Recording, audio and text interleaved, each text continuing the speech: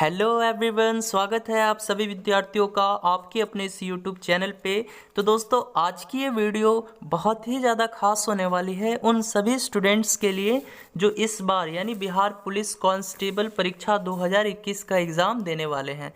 क्योंकि गाइस, आज की इस वीडियो में हम लोग बिहार पुलिस कांस्टेबल का प्रीवियस ईयर क्वेश्चंस पेपर देखेंगे कि पिछले साल पेपर का लेवल कैसा रहा, क्या कुछ क्वेश्चंस था। तो चलिए वीडियो को स्टार्ट करते हैं। तो वीडियो स्टार्ट करने से पहले यदि आप लोग इस चैनल पे नए हो, पहली बार हो, तो इस चैनल को सब्सक्राइब कर लो और बेल आइकन को हिट कर लो।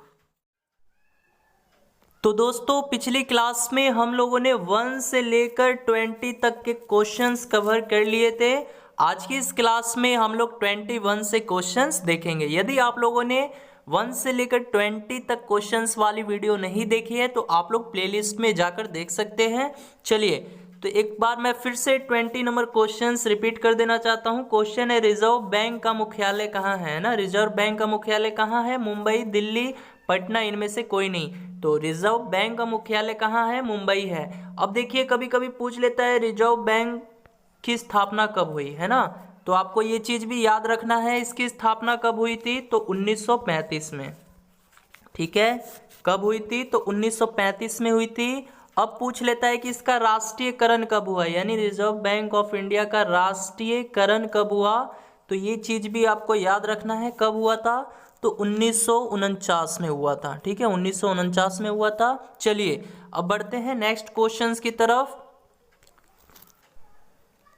चलिए देखिएगा, नेक्स्ट क्वेश्चन है 7, 8, 9, 12, x का माध्य 10। तो x का मान ज्ञात करें, है ना।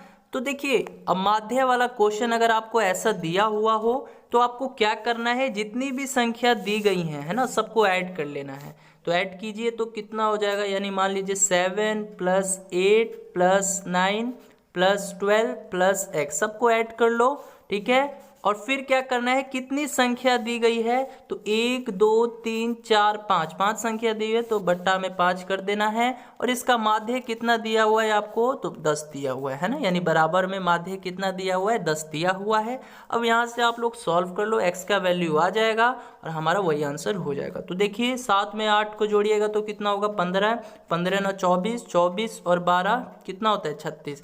तो 36 + x हो जाएगा बटा में 5 बराबर 10। चलिए हम यहाँ पर लिख लेते हैं 36 + x बटा में 5 = 10। अब देखिए, 36 + x कर दीजिए। अब यहाँ पर क्रॉस मल्टीप्लाई कीजिएगा 10 में 5 से तो कितना आ जाएगा? 50 आ जाएगा। तो अब x का वैल्यू नहीं निकल जाएगा, तो x बराबर 50 में से 36 को घटा दीजिए, कितना आ गया? 14 आ गया, है ना। तो ऑप्शन ए जो है आपका सही हो जाएगा। चलिए बढ़ते हैं नेक्स्ट प्रश्न की ओर। चलिए देखिएगा, नेक्स्ट क्वेश्चन है COOH में कार्यात्मक ग्रुप यानी फंक्शनल ग्रुप है, बताइए तो किस एसिड में? पिक्रिक एसिड, या फिर बारबिट्यूरिक एसिड, या फिर एस्कॉर्बिक एसिड, या फिर कार्बोक्सिलिक एसिड। जल्दी से आंसर कीजिए तो प्यारे बच्चों, सभी स्टूडेंट आंसर करेंगे। देखिए कितने सिंपल सिंपल प्रश्न आपके बिहार पुलिस कांस्टेबल के परीक्षा में पूछे जाते हैं। तो वेरी गुड, जिन्होंने भी answer option D carboxylic acid दिए हैं वो सही हैं। तो देखिए, कार्बोक्सिलिक एसिड क्या होता है तो ये भी आपको जानना जरूरी है। तो देखिए, ऐसे कार्बनिक यौगिक जिसमें कार्बोक्सिलिक यानी COOH कार्यात्मक समूह उपस्थित होता है उन्हें हम लोग क्या कहते हैं? तो कार्बोक्सिलिक एसिड कहते हैं। जैसे आपका फॉर्मिक अम्ल हो गया, तो इसका जो रासायनिक फॉर्मूला होगा, केमिकल फॉर्मूला होगा, वो क्या होगा? तो HCOOH। तो आप लोग देख सकते हैं इसमें COOH है ना। तो इसी तरह देखिए, फॉर्मिक अम्ल है। अब प्रश्न ये भी पूछ लेता है कि लाल चींटियों में कौन सा अम्ल पाया जाता है? तो फॉर्मिक अम्ल ही पाया जाता है। ठीक है, इसी तरह आप एक और एग्जांपल ले सकते हैं, एसिटिक अम्ल। तो इसका फॉर्मूला क्या हो जाएगा? केमिकल फॉर्मूला CH3COOH है ना। तो यहाँ पर भी देख सकते हैं कार्यात्मक ग्रुप क्या है? COOH। ठीक है, तो ये ऐसे जो है कौन से एसिड कहलाएंगे? कार्बोक्सिलिक एसिड कहलाते हैं। ठीक है, अब देखिए, ये तो सिरका का फॉर्मूला था। ठीक है, एसिटिक अम्ल का ये फॉर्मूला था। प्रश्न ये भी पूछ लेता है आपके परीक्षा में कि सिरका है ना, सिरका में कौन सा अम्ल पाया जाता है, तो कौन सा अम्ल पाया जाता है जी, तो एसिटिक अम्ल, जिसका केमिकल फॉर्मूला क्या है, CH3COOH है। चलिए बढ़ते हैं नेक्स्ट प्रश्न की ओर। चलिए देखिएगा, नेक्स्ट प्रश्न है, वोट देने वाले मतदाताओं के लिए किस स्याही का प्रयोग किया जाता है। चलिए बताइएगा, सिल्वर नाइट्रेट केमिकल युक्त स्याही, या फिर मैग्नीशियम ऑक्साइड केमिकल युक्त स्याही, या फिर सिल्वर ब्रोमाइड केमिकल युक्त स्याही, या इनमें से कोई नहीं। देखिए बहुत ही इंपॉर्टेंट क्वेश्चन है, बहुत ही VVI क्वेश्चन है, आप लोग इस क्वेश्चन पे स्टार लगा लीजिएगा, ठीक है।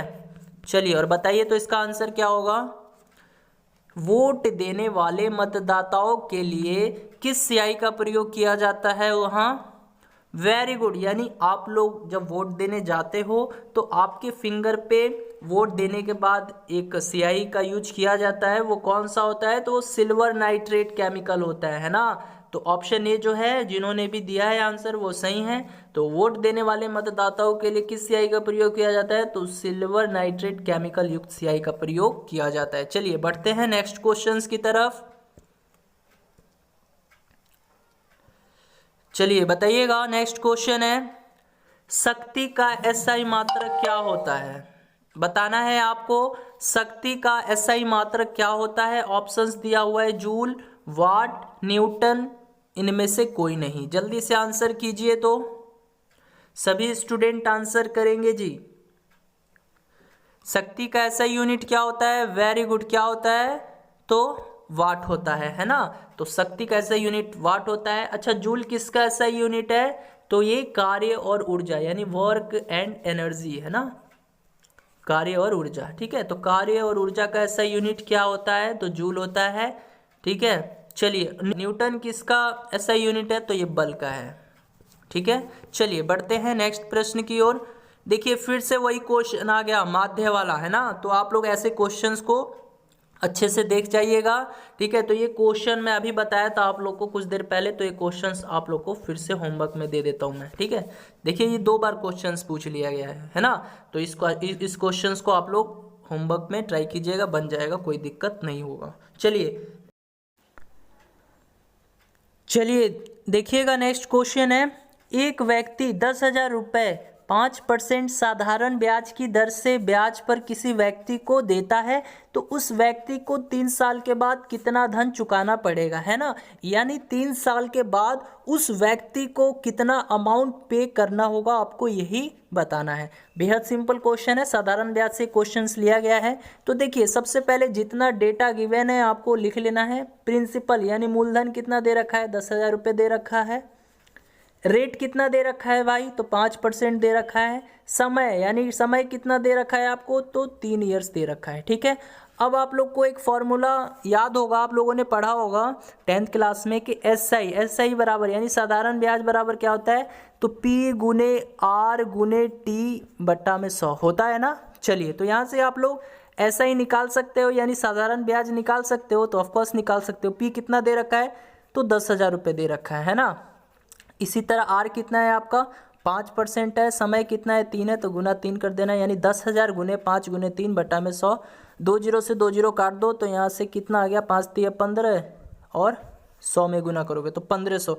तो यहाँ से मेरा SI यानी सिंपल इंटरेस्ट कितना निकल के आ गया, तो 1500 आ गया। अब आपसे पूछा है कि 3 साल के बाद उसको कितना धन चुकाना होगा, है ना। अमाउंट निकालना है आपको, तो अमाउंट बराबर क्या होता है, यानी मूलधन प्लस में साधारण ब्याज। तो मूलधन कितना है जी, तो 10,000 है ना।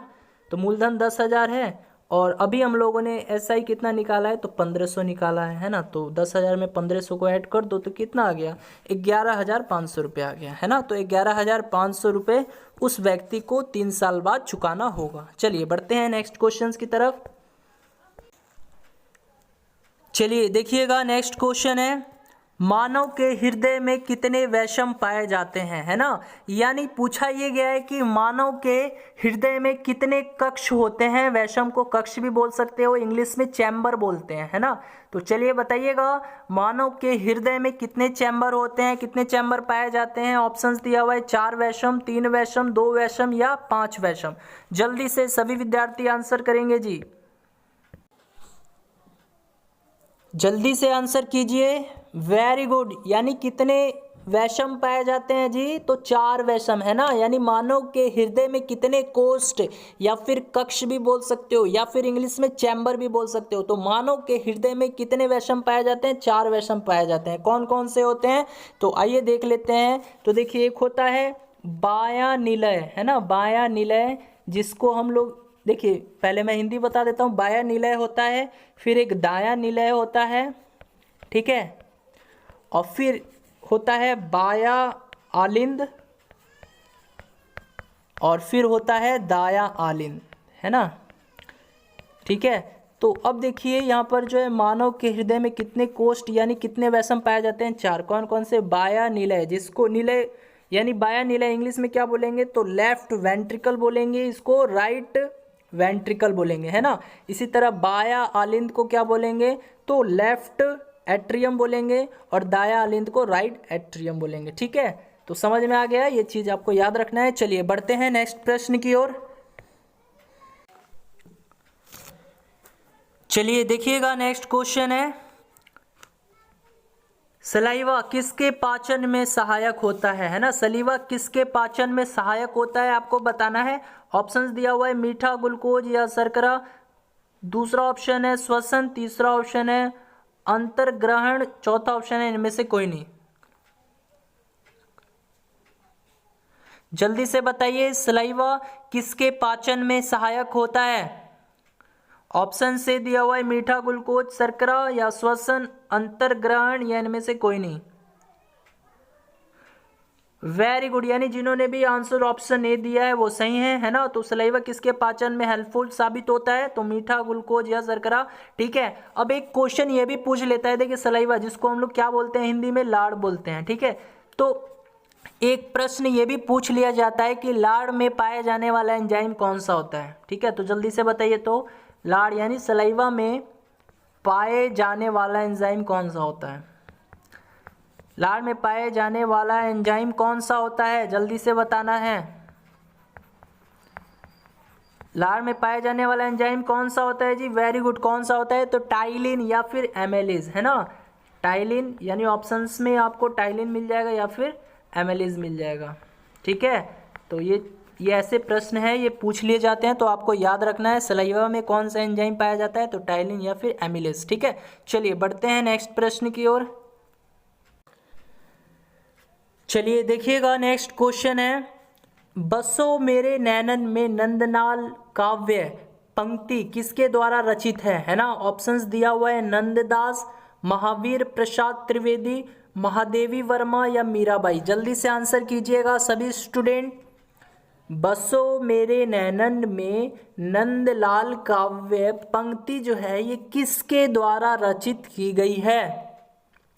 Very good. यानी जिन्होंने भी आंसर ऑप्शन डी दिया है वो सही है ना। तो ऑप्शन डी यानी मीराबाई इसका राइट आंसर होगा, ठीक है। मीराबाई द्वारा ये पंक्ति रचित की गई है, बसो मेरे नैनन में नंदलाल, ठीक है। चलिए, यदि वीडियो पसंद आ रहा हो तो इस वीडियो को लाइक कर देना।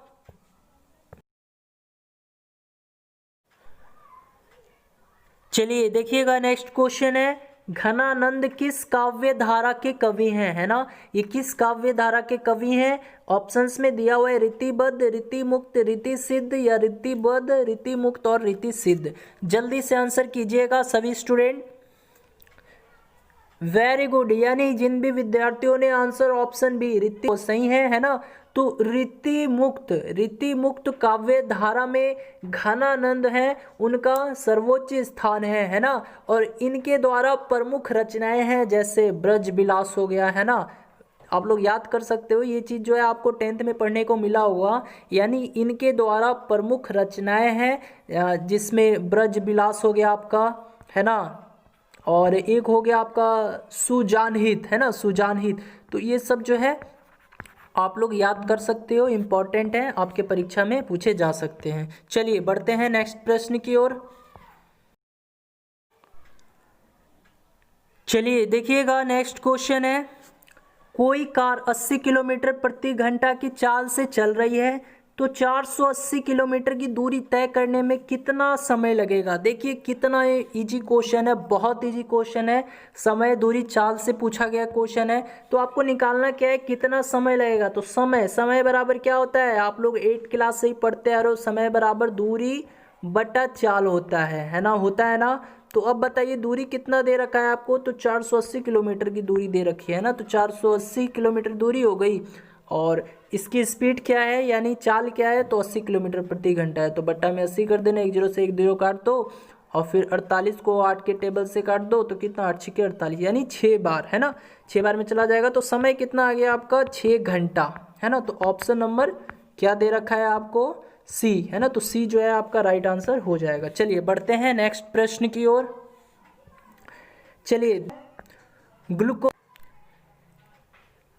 नेक्स्ट प्रश्न देखिएगा, ग्लूकोज का सूत्र पूछा है आपसे। ग्लूकोज क्या होगा बताइए, तो C6H12O6 होगा, या फिर C2H1O3 होगा, या C4H5O7 होगा, या इनमें से कोई नहीं।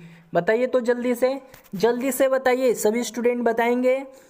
वेरी गुड, यानी जिन्होंने भी आंसर ऑप्शन ए दिया है वो सही है ना। तो C6H12O6 किसका फॉर्मूला होता है, ग्लूकोज का फॉर्मूला होता है। कभी कभी चीनी का भी पूछ लेता है आपके परीक्षा में, तो चीनी का क्या होता है जल्दी से बताना है सभी स्टूडेंट को। चीनी का फॉर्मूला क्या होता है, केमिकल फॉर्मूला, चलिए जल्दी से बताइए। चलिए मैं बता देता हूं, C12H22O11, ठीक है, ये किसका सूत्र हो गया, तो चीनी है ना, शुगर का। चलिए बढ़ते हैं नेक्स्ट प्रश्न की ओर। चलिए बताइएगा, नेक्स्ट क्वेश्चन है, काल तुझसे होड़ है मेरी, है ना, काल तुझसे होड़ है मेरी, इस कविता के लेखक कौन है। बताना है आपको, बाल बहादुर सिंह, शमशेर बहादुर सिंह, सम्राट बहादुर सिंह, या इनमें से कोई नहीं। जल्दी से आंसर कीजिए, तो जल्दी से सभी स्टूडेंट आंसर करेंगे। वेरी गुड, यार वो सही है ना। तो देखिए, काल तुझसे होड़ है मेरी, इस कविता के लेखक कौन है, तो शमशेर बहादुर सिंह है। आधुनिक हिंदी कविता के महान लेखकों में से ये एक थे, और इनका जन्म जो है गाइस वो हुआ था देहरादून में, है ना, देहरादून में। चलिए तो ये चीज आप लोग याद कर लीजिएगा, पूछा जा सकता है फिर से। चलिए देखिएगा, बच्चा को जन्म लेने के बाद कौन सा टीका लगाया जाता है, यानी जब बच्चे जन्म लेते हैं उसके तुरंत उनको कौन सा टीका लगाया जाता है। तो बताना है, चेचक, हेपेटाइटिस बी, पोलियो, या इनमें से कोई नहीं। जल्दी से आंसर कीजिएगा। बच्चा को जन्म लेने के बाद कौन सा टीका लगाया जाता है, जल्दी से आंसर कीजिए। वेरी गुड, यानी जिन्होंने भी आंसर ऑप्शन बी दिया है वो सही है ना। तो हेपेटाइटिस बी टीका लगाया जाता है ना, यानी शिशु जब जन्म लेता है तो 24 घंटे के भीतर हेपेटाइटिस बी का टीका लगाया जाता है, ठीक है। और आप लोग को बताना है अब चेचक, है ना, चेचक होने वाला रोग है तो ये विषाणु द्वारा, चलिए मैं बता देता हूँ, चेचक जो है ये विषाणु द्वारा होने वाला रोग है। चेचक के टीके की खोज किसने की थी, तो एडवर्ड जेनर ने, ठीक है। ये भी प्रश्न पूछ लिया जाता है कि चेचक के टीके की खोज किसने की थी, तो एडवर्ड जेनर ने की थी। और चेचक किसके कारण होता है, तो विषाणु यानी वायरस के द्वारा होने वाला रोग है। देखिए बात करें पोलियो की, तो पोलियो ये भी एक जो है विषाणु जनित रोग है, ठीक है। तो पोलियो भी है जो है विषाणु द्वारा होता है। और पोलियो के टीके की खोज किसने की थी, तो जॉन सॉल्क ने की थी, ठीक है। ये चीज़ आप लोग नोट कर लेना, बेहद इंपॉर्टेंट क्वेश्चन है, ऐसे क्वेश्चंस आपके परीक्षा में पूछ लिए जाते हैं, ठीक है। तो पोलियो जो है ये भी विषाणु जनित रोग है, और पोलियो टीके की खोज किसने की थी, तो जॉन सॉल्क ने की थी, ठीक है। तो गाइज आज की इस क्लास में इतना ही, मिलते हैं नेक्स्ट क्लास में हम लोग यहीं से कंटिन्यू करेंगे। तो बाय बाय, आज की क्लास में इतना ही।